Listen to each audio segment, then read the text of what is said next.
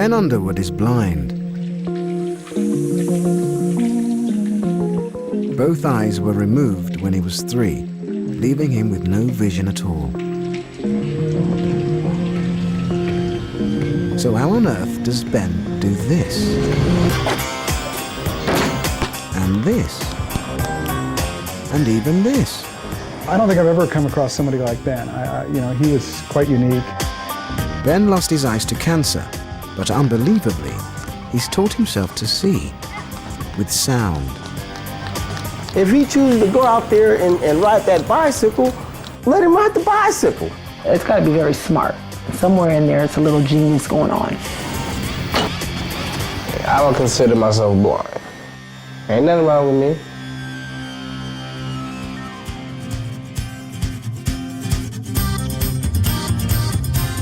Ben Underwood and his family live in Sacramento, the state capital of California. It's an old city with roots in the Wild West, but Ben and his family live in the new outlying suburbs.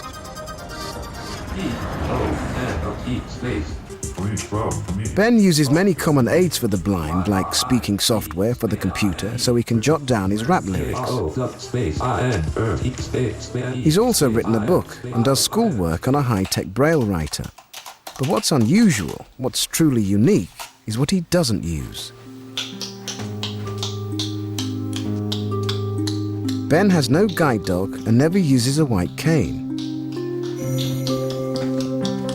He's not even using his hands. Instead, he sees with sound. He makes a sharp click which bounces back off nearby objects. Amazingly, Ben's ears pick up the echoes and he can precisely locate where things are.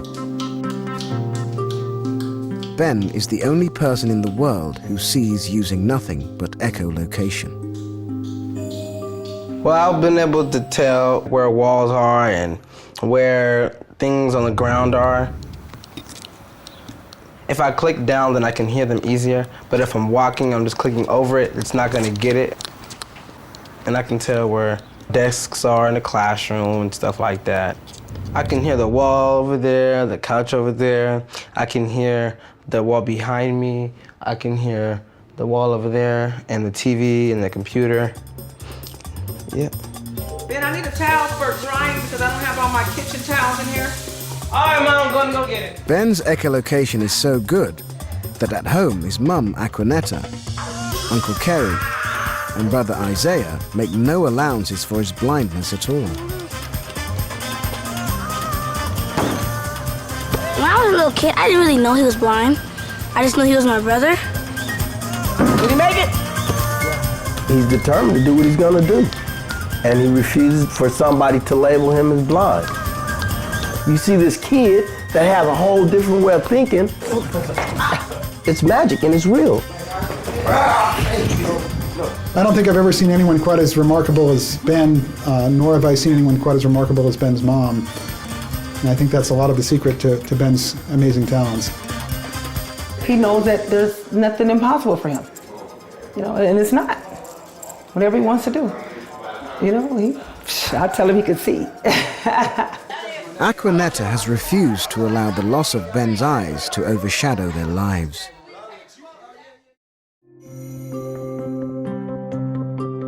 Ben was born perfectly healthy with dark eyes like his mum.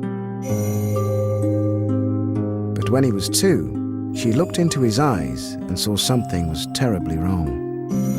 In his pupil, it looked like a marble, or when you shine a light at night on a cat's eye, and you know how that looks like a marble or like a light or fluorescent.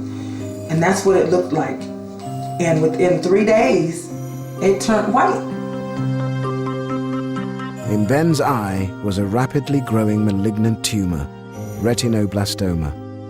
It's a rare infant eye cancer that affects only 6 children per million. If left to its own devices, it would be lethal. It would kill him. The disease would spread locally and he would never be able to survive. If Ben wasn't treated, it would quickly spread along the optic nerve and into his brain. If it's not caught very early, often the treatment is to have to actually remove the eye in order to save the body from having it spread. And Ben, of course, had very aggressive treatment. In an attempt to save his sight, doctors immediately began intense chemo and radiotherapy. But after 10 months, there was still some scattered tumor. Aquanetta had to make a critical, heart-rending decision. I had a choice. I either could remove his eyes or try to keep on with more chemo and radiation to keep the vision.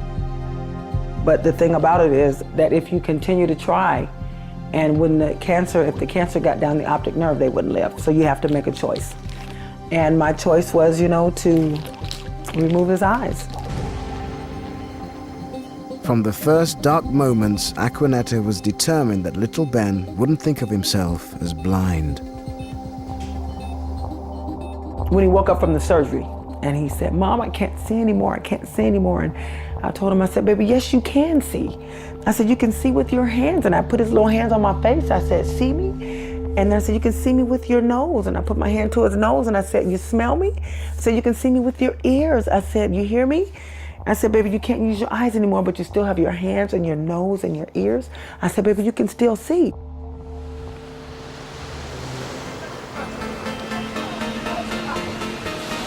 To this day, Aquanetta describes the world so Ben can experience life to the full.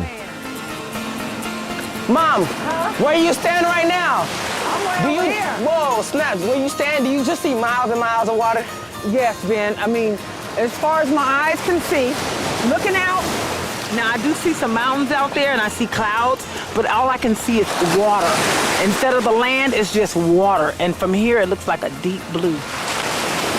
It just looks like a picture. It's beautiful.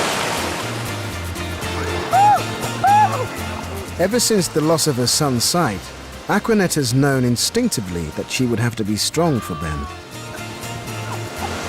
One of the things I realized to do is to never let him see me be afraid, never let him see me cry. Well, I go in my room and I cry and go through what I need to go through and come out, he'd never know. Never let him know that I was feeling sorry for him because I didn't want him to ever feel sorry for himself. Just keep giving him confidence, courage, strength, and that's all I've ever done. Aquanetta was stunned when just a year after the operation to remove his eyes, her little boy began to see again, with sound. Ben Underwood is on his 4th set of prosthetic eyes. His mum, Aquanetta, still treasures the ones he had as a little boy. I had him in a safe place and I can't find his eyes. I lost my baby's eyes, oh my God. Since he lost his own eyes to retinal cancer, Ben's had several pairs, each increasing in size. They ensure his eye sockets grow normally. Okay, here they are, here's one set. Oh, these might be the first set. His first eyes. These are my favorite. And then they were the first and they look so real and so natural. It's very important to me that he looks as normal as he possibly can look because I want him to be as normal as he possibly can be. Ben's eyes look natural, but they'll never help him see. Just 1 year after the operation to remove his eyes, Ben astonished his mum when he performed what seemed like a miracle. He was in the back seat in his car seat and we're driving down the street. He said, "Mom, you see that big building out there?" And I said, "I see the big building out there. Do you see that big building out there?" It just kind of tripped me out. I'm like, I can see this and I know this boy can't see. We see an object, like a building, because light is reflected from the surface into our eyes. Sound behaves in a similar way. Little Ben's ears were picking up the noise of city traffic, bouncing back from the big building that he was passing. Driven along in the car, Ben heard that the side streets sounded different from the buildings. He found he could form a picture of them with sound.